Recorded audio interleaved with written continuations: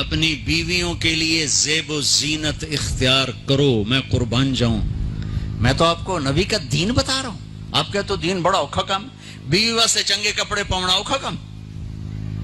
میرے نبی نے کہا اپنی بیویوں کے لیے زیب و زینت اختیار کرو۔ سبحان اللہ۔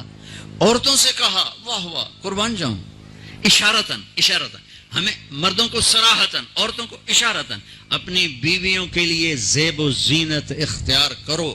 بنو اسرائیل میں زنا اس لیے پھیلا کہ مردوں نے بیویوں کے لیے زیب و زینت چھوڑ دی تو وہ غیر مردوں کی طرف مائل ہو گئیں۔ اور پھر عورتوں کو فرمایا کہ خامدوں کے لیے تیار ہو۔ کیسے؟ آپ نے فرمایا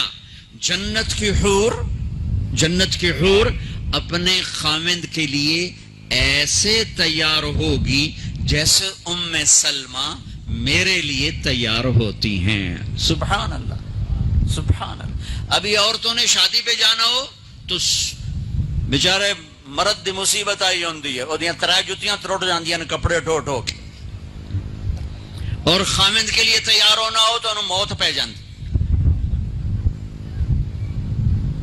اپنے خامدوں کے لیے تیار ہو، ورنہ وہ اور عورتوں کی طرف مائل ہو جائیں گے۔ یہ اس میں خفیہ پیغام ہے۔ میرے نبی حیا والے ہیں، پاکیزہ زبان، پاکیزہ ذات۔ مردوں کو صراحتاً فرما دیا اپنی عورتوں کے لیے تیار ہوا کرو۔ بنو اسرائیل میں اس وجہ سے فحاشی پھیلی۔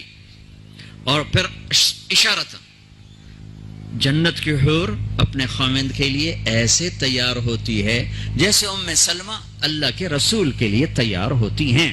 دل بدل دے میرا دل بدل دے، میرا دل بدل دے۔